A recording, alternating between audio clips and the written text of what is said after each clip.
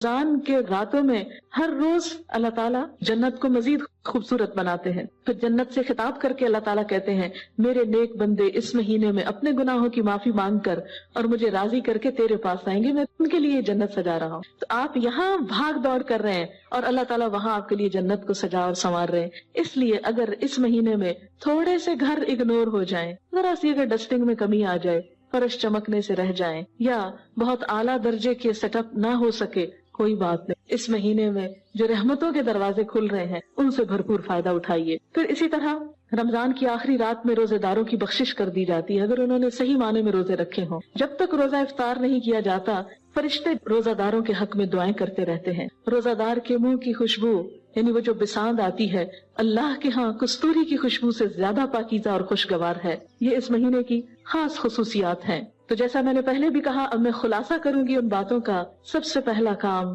روزہ رکھنا ہے.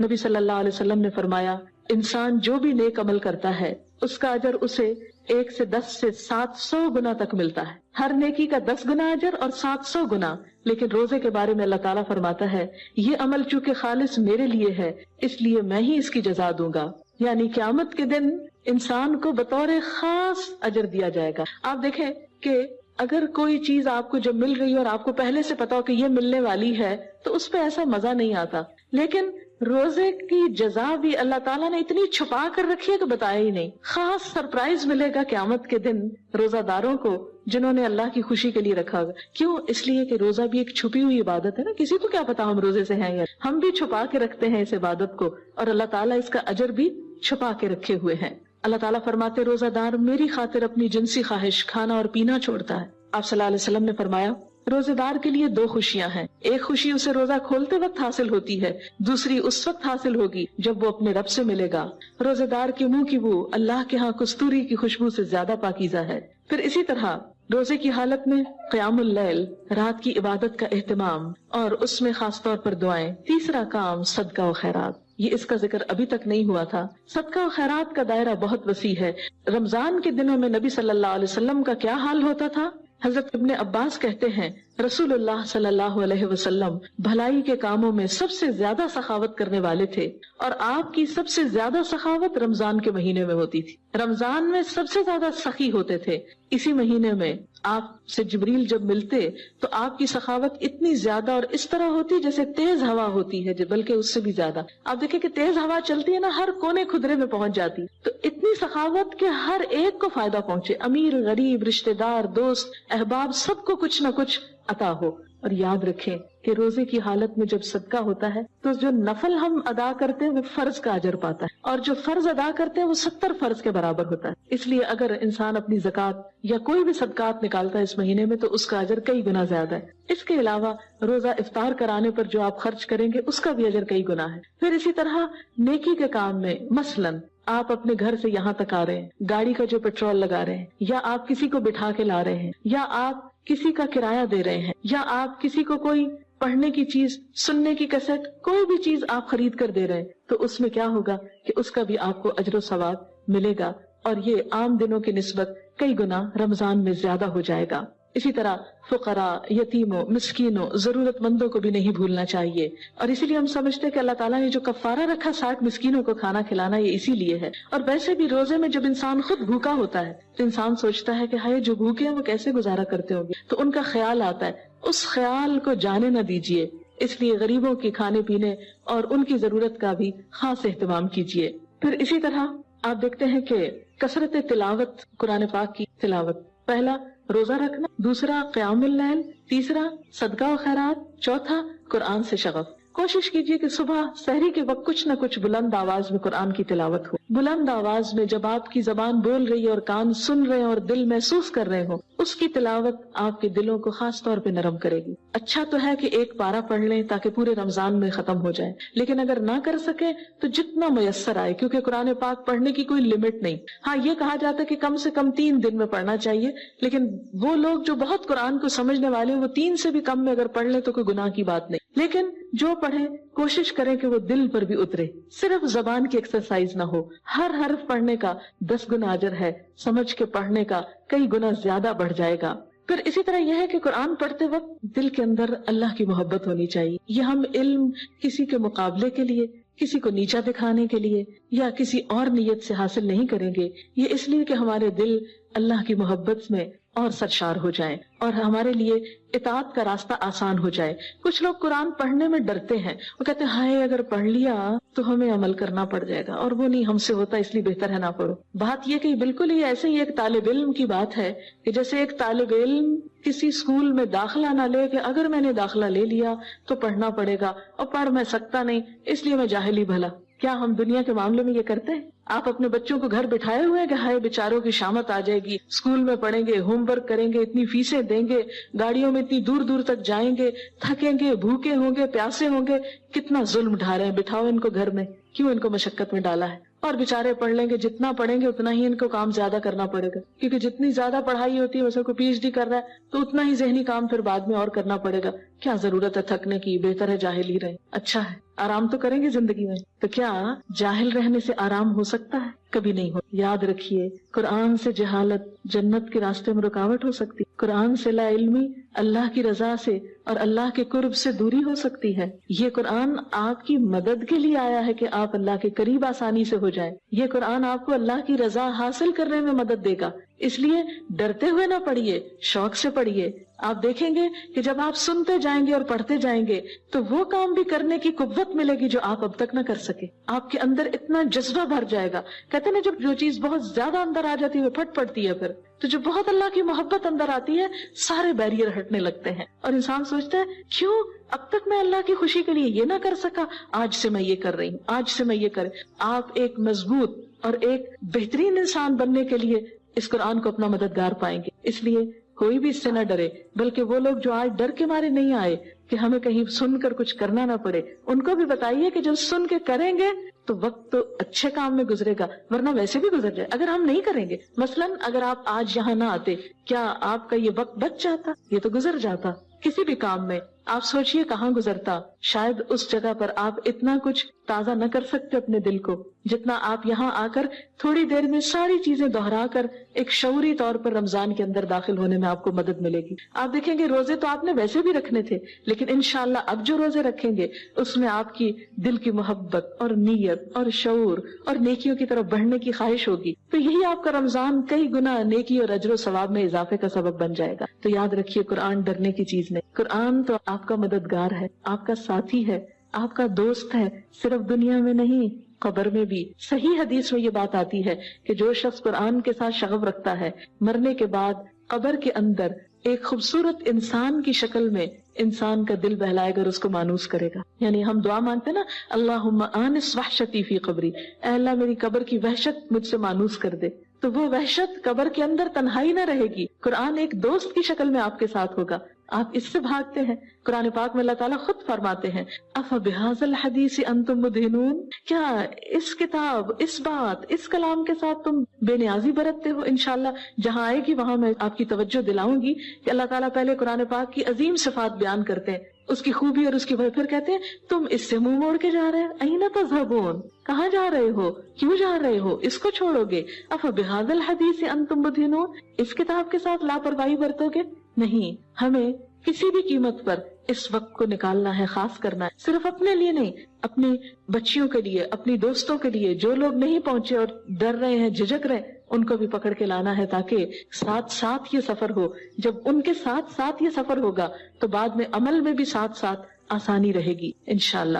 آپ کہیں گے کہ یہ کیا رسم ہے کہ کوئی پڑھ کے سنائے اور ہم سنیں؟ تو آپ ذرا دیکھیں کہ یہ چیز نبی صلی اللہ علیہ وسلم سے بھی ثابت ہے. حدیث میں آتا ہے کہ ایک مرتبہ نبی صلی اللہ علیہ وسلم نے حضرت عبداللہ بن مسعود سے فرمایا اقرا علیہ، عبداللہ مجھے قرآن پڑھ کے سناؤ. ابن مسعود نے عرض کیا اقرا علیک وعلیک انزل، میں آپ کو پڑھ کے سناؤں؟ آپ پہ تو قرآن نازل ہوا ہے. آپ نے فرمایا انی احب ان اسمعہ من غیری، مجھے اچھا لگتا ہے، میں پسند کرتا ہوں کہ اپنے علاوہ کسی اور سے سنوں. آپ سے بڑھ کر قرآن کا عالم کون ہوگا؟ لیکن آپ کو بھی پسند تھا کہ کسی سے سنو، تو خواہ آپ پہلے ترجمہ پڑھ چکے ہوں، آپ تفسیر پڑھ چکے ہوں، لیکن اس موقع کو غنیمت جانیے، سن کر لطف اٹھائیے، کیونکہ قرآن کا سننا بھی ایک عبادت ہے اور سن کر دل میں اترنا زیادہ آسان ہوتا ہے۔ اسی طرح ہم دیکھتے ہیں کہ نبی صلی اللہ علیہ وسلم نماز میں بھی سنا کرتے، تو دوسرا سننا آپ کا رات کے وقت ہوگا تراویح کے اندر انشاءاللہ۔ نبی صلی اللہ علیہ وسلم سے آتا ہے کہ ایک دفعہ جب نماز پڑھ رہے تھے اور اس آیت پر پہنچے فَكَيْفَ إِذَا جِئْنَا مِنْ كُلِّ أُمَّةٍ بِشَهِيدٍ وَجِئْنَا بِكَ عَلَىٰ هَٰؤُلَاءِ شَهِيدًا، اس وقت کیا حال ہوگا جب ہم ہر امت میں سے گواہ حاضر کریں گے اور آپ کو ان سب پر گواہ بنا کے لائیں گے۔ یہ وہی آیت ہے جب حضرت ابن مسعود آپ پہ پھر پڑھ رہے تھے۔ آپ صلی اللہ علیہ وسلم نے فرمایا حسبک، بس کر دو۔ ابن مسعود فرماتے ہیں کہ میں نے نبی صلی اللہ علیہ وسلم کی طرف دیکھا تو آپ کی دونوں آنکھوں سے آنسو جاری تھے، یعنی قرآن سن کر جو رونا آتا ہے وہ خود جب ریڈنگ کرتے ہیں نا ہم، بس صرف ریڈنگ اس وقت وہ کیفیت نہیں آتی۔ پھر اسی طرح یہ ہے کہ غور و فکر کرنا، اور غور و فکر بھی ترجمہ پڑھنے سے آتا ہے۔ اور آپ یاد رکھیے قرآن سن کر رونا اللہ کے مقرب بندوں کا کام ہے، اللہ کے خوف سے ڈرنا اور رونا اللہ کو بہت پسندیدہ ہے۔ نبی صلی اللہ علیہ وسلم نے فرمایا 7 آدمیوں کو قیامت کے دن اللہ اپنے سائے میں جگہ عطا فرمائے گا، ان میں ایک وہ شخص ہوگا جس کی آنکھوں سے تنہائی میں اللہ کے ذکر کی وجہ سے آنسو جاری ہو جائیں گے۔ رمضان میں عمرہ کرنا جو ہے وہ بھی بہت ثواب کا کام ہے۔ حدیث میں آتا ہے کہ رمضان کا عمرہ حج کے برابر ہے، یعنی اتنا اجر ہے۔ آپ صلی اللہ علیہ وسلم نے ایک صحابیہ خاتون سے کہا تھا کہ ہمارے ساتھ حج پہ چلو، تو انہوں نے کہا کہ ہمارے پاس سواری نہیں ہے، تو آپ نے فرمایا اچھا اگر اب نہ جا سکو تو جب رمضان آئے تو عمرہ کر لینا، کیونکہ رمضان میں عمرہ حج کے برابر، یعنی جو لوگ حج کی استطاعت نہیں رکھتے، تھوڑے پیسے ہیں، تو رمضان میں عمرہ کر لیں تو انشاءاللہ ثواب ان کا مل جائے گا۔ اگرچہ فرض تو حج کا فرض ہونے پر ہی ادا کرنا ہوتا ہے اور وہ حج کے دنوں میں ہی ادا ہوتا ہے، یہ صرف ثواب کی بات ہو رہی ہے۔ پھر اسی طرح یہ ہے کہ جب آپ دعائیں مانگے تو آخری بات یہی کہوں گی کہ صرف دنیا کی دعائیں نہیں، آخرت کی دعائیں بھی مانگیں۔ آپ دیکھیں کہ ہر وقت ہمیں صرف دنیا کے مسائل یاد آتے ہیں، کہتے ہیں ہماری اولاد اچھی نہیں، ہمارا رزق تنگ ہے، ہمارے پر شوہر کی طرف سے پریشانی، سب ٹھیک ہے۔ یاد رکھیے آخرت کا امتحان دنیا کے امتحان سے سخت ہے، آخرت کی منزلیں دنیا کی منزلوں سے زیادہ طویل ہیں، وہ سفر بہت لمبا ہے، اس کی پریشانیاں بہت بڑی ہیں، لہذا صرف دنیا نہ مانگے بلکہ آخرت بھی مانگے۔ اور یاد رکھیں اگر کوئی دعا آپ مانگ رہے ہیں تو دعا قبول ہوگی، اگرچہ آپ کو اس کا صلہ فوراً نہ ملے۔ آپ صلی اللہ علیہ وسلم فرمایا اللہ تعالیٰ دعا سنتا ہے، بس یہ کہ بندہ مانگنے میں جلد بازی نہ کرے اور صبر سے کام لے۔ قیامت کے دن جب انسان اٹھے گا تو اس کے نامہ اعمال میں کچھ نیکیاں ہوگی، انسان کہے گا کہ یا اللہ یہ تو میں نے نہیں کی، کہاں سے آ گئی؟ تو پتہ چلے گا کہ یہ تمہاری وہ دعائیں ہیں جو دنیا میں تم مانگتے تھے اور اس کا صلہ دنیا میں نہیں ملا، آج دیا جا رہا ہے۔ تو انسان اس وقت تمنا کرے گا اے کاش میری کوئی دعا بھی نہ سنی جاتی، تو آج ساری دعائیں مجھے اجر کی صورت میں یہاں مل جاتی، اس لیے کبھی مایوس نہ ہو۔ حضرت زکریا علیہ السلام بڑھاپے میں دعا مانگ رہے ہیں اولاد کی، اور کیا کہتے ہیں وَلَمْ أَكُنْ بِدُعَائِكَ رَبِّ شَقِيًّا، اللہ تجھ سے مانگ کے کبھی بدبخت نہیں، میں کبھی مایوس نہیں ہوا، کیونکہ مجھ کو پتا اگر آج نہیں ملے گا تو کل مل جائے گا۔ اور یاد رکھیے دعاؤں کی کثرت سے آفات اور بلائیں ٹلتی ہیں، کہ وہ چیز نہیں ملی ایک آفت ٹل جاتی ہے۔ پھر دوسرے بہن بھائیوں کے حق میں ضرور دعا کیجیے، میں آپ کے لیے کروں آپ میرے لیے کیجیے، کیونکہ غائبانہ دعا جلد قبول ہوتی ہے۔ نبی صلی اللہ علیہ وسلم نے فرمایا مسلمان کی اپنے مسلمان بھائی کے حق میں غائبانہ دعا قبول ہوتی ہے، اس کے سر پر ایک فرشتہ مقرر ہوتا ہے، جب بھی وہ اپنے بھائی کے لیے دعا کرتا ہے تو فرشتہ کہتا ہے آمین، اور تجھے بھی اس کی مانند مل جائے۔ یعنی جب انسان دوسرے کے لیے دعا کرتا ہے تو فرشتہ اس کے حق میں دعا کرتا ہے جو کسی کے لیے مانگ رہا ہے، اس لیے اس میں کبھی بخل سے کام نہ لیں اور بد دعا نہ دیں، کیونکہ بد دعا جو ہے سن لی جاتی ہے، انسان جلد باز ہے، غم آ جاتا ہے، دکھ آتا ہے، پھر جب قبول ہو جاتی پھر خود ہی پچھتاتا ہے۔ تو بد دعا نہیں مانگنی چاہیے۔ نبی صلی اللہ علیہ وسلم نے فرمایا اپنے لیے بد دعا نہ کرو، اپنی اولاد کے لیے بد دعا نہ کرو، اپنے مال اور کاروبار کے لیے بد دعا نہ کرو، کہیں ایسا نہ ہو کہ تمہاری بد دعا ایسی گھڑی کے موافق ہو جائے جس میں اللہ تعالیٰ انسان کو وہ کچھ عطا فرما دیتا ہے جس کا وہ سوال کرتا ہے، اور یوں وہ تمہاری بد دعائیں تمہاری ہی حق میں قبول کر لی جائیں تو انسان پھر پچھتائے تو کچھ ہاتھ نہ آئے۔ اسی طرح یہ کہ کسی پہ ظلم و ستم بھی نہیں کرنا چاہیے، کیونکہ مظلوم کی بد دعا قبول ہو جاتی ہے۔ رمضان میں ایک اور آخری کام آپ نے کرنا ہے کہ اگر کسی پہ ظلم ہے، زیادتی ہے، سب سے معافی مانگی۔ کیوں؟ اس لیے کہ اگر کوئی انسان ناراض ہے تو ان عبادتوں کو ہم کس لیے کر رہے ہیں؟ اللہ تعالیٰ بھی اس وقت تک راضی نہیں ہوتے جب تک کہ بندے راضی نہ ہوں۔ والدین کے حق میں کوئی غلطی، کمی، کوتاہی ہو، بہن بھائیوں، دوستوں، رشتہ داروں، ان سے معافی مانگ لیں۔ اور اگر کسی کا حق چھینا ہوا ہے اس کو واپس لوٹا دیں، کیونکہ نبی صلی اللہ علیہ وسلم نے فرمایا پیر اور جمعرات کے دن جنت کے دروازے کھولے جاتے ہیں، ہر اس بندے کو معاف کر دیا جاتا ہے جو اللہ کے ساتھ کسی کو شریک نہیں ٹھہراتا سوائے اس آدمی کے کہ اس کے اور اس کے بھائی کے درمیان دشمنی اور بغض ہو، اسے نہیں معاف کیا جاتا۔ ان کے بارے میں کہا جاتا ہے جب تک یہ باہم صلح نہ کر لیں اس وقت تک ان کی مغفرت کے معاملے کو مؤخر کر دو، پوسٹ پون کر دو، صلح کرنے تک ان کے معاملے کو مؤخر کر دو، ان کے باہم صلح کرنے تک ان کے معاملے کو مؤخر کر دو۔ 3 دفعہ فرمایا جاتا ہے کہ نہیں ان کو نہیں، ان کو بعد میں، later on, result later on, کیونکہ یہ حسد اناد۔ آپ دیکھیں ہم لوگوں نے اپنے ہی رشتہ داروں، اپنے ہی دوستوں، اپنے ہی گلی محلے والوں کو آپس میں ایک دوسرے سے نفرت، عداوت اور بغض کی وجہ سے دور کر رکھا ہے، دنیا کو جہنم بنا رکھا ہے اور اللہ کی مغفرت سے بھی محروم۔ بات کیا ہے، کبھی کسی کو معاف کرنے کا موقع آئے تو یاد رکھیں، ہمیشہ سوچا کریں کیا میں نے کبھی کوئی غلطی نہیں کی، مجھ سے بھی تو غلطیاں ہوتی۔ الا تحبون ان یغفر اللہ لکم، تم نہیں چاہتے کہ اللہ تم کو معاف کر دے، اس لیے دوسروں کی غلطیوں کو بھی معاف کرنے میں دیر نہ لگائیں، خصوصاً رشتہ دار۔ فرمایا لا يدخل الجنت قاطع رحم، قطع رحمی کرنے والا جنت میں نہیں جائے گا۔ اس قوم پر اللہ کی رحمت نہیں آتی جن میں رشتہ دار ایک دوسرے سے تعلقات کاٹ لیں۔ وآخر دعوان الحمد للہ رب العالمین۔ سبحان اللہ والحمد للہ ولا الہ الا اللہ واللہ اکبر ولا حول ولا قوة الا باللہ العلی العظیم۔ اللہم صل علی محمد وعلی آل محمد کما صلیت علی ابراہیم وعلی آل ابراہیم انک حمید مجید۔ اللہم بارک علی محمد وعلی آل محمد کما بارکت علی ابراہیم وعلی آل ابراہیم انک حمید مجید۔ ربنا آتنا فی الدنیا حسنة وفی الآخرة حسنة وقنا عذاب النار۔ ربنا لا تزغ قلوبنا بعد إذ هديتنا وهب لنا من لدنك رحمة إنك أنت الوهاب۔ یا رب العالمین جو کچھ ہم نے پڑھا ہے تو اپنی رحمت سے اسے قبول فرما، اگر ہم سے کوئی غلطی ہو گئی ہو تو معاف کر دینا، اگر بات بتانے میں کوئی کوتاہی ہو گئی ہو تو درگزر فرما، اور جو باتیں ہم نے تیری پسند اور تیری رضا کے لیے کی ہیں اللہ تعالی ہمیں ان پر عمل کرنے والا بنا۔ یا اللہ تمہیں اس مجلس کی برکت سے، اس کی سعادت سے محروم نہ رکھنا۔ ہم تیرے راستے پر جو گھر سے نکلے ہیں تو ہماری نیت کو صرف اپنے لیے خالص کر لینا، ہمارے ہر کام کو آخرت کا ذخیرہ بنا دینا، ہماری گناہوں کی بخشش کا سبب بنا دینا، اور تو ہم سے راضی ہو جانا۔ اللہ ہمیں اس راستے پر استقامت عطا فرما۔ یا اللہ جو راستہ ہم نے تیری رضا کے لیے، تیرے دین کی تعلیم کے لیے چنا ہے، سیکھنے اور سکھانے کے لیے، اللہ تو اس راستے کو ہمارے لیے آسان کر دے۔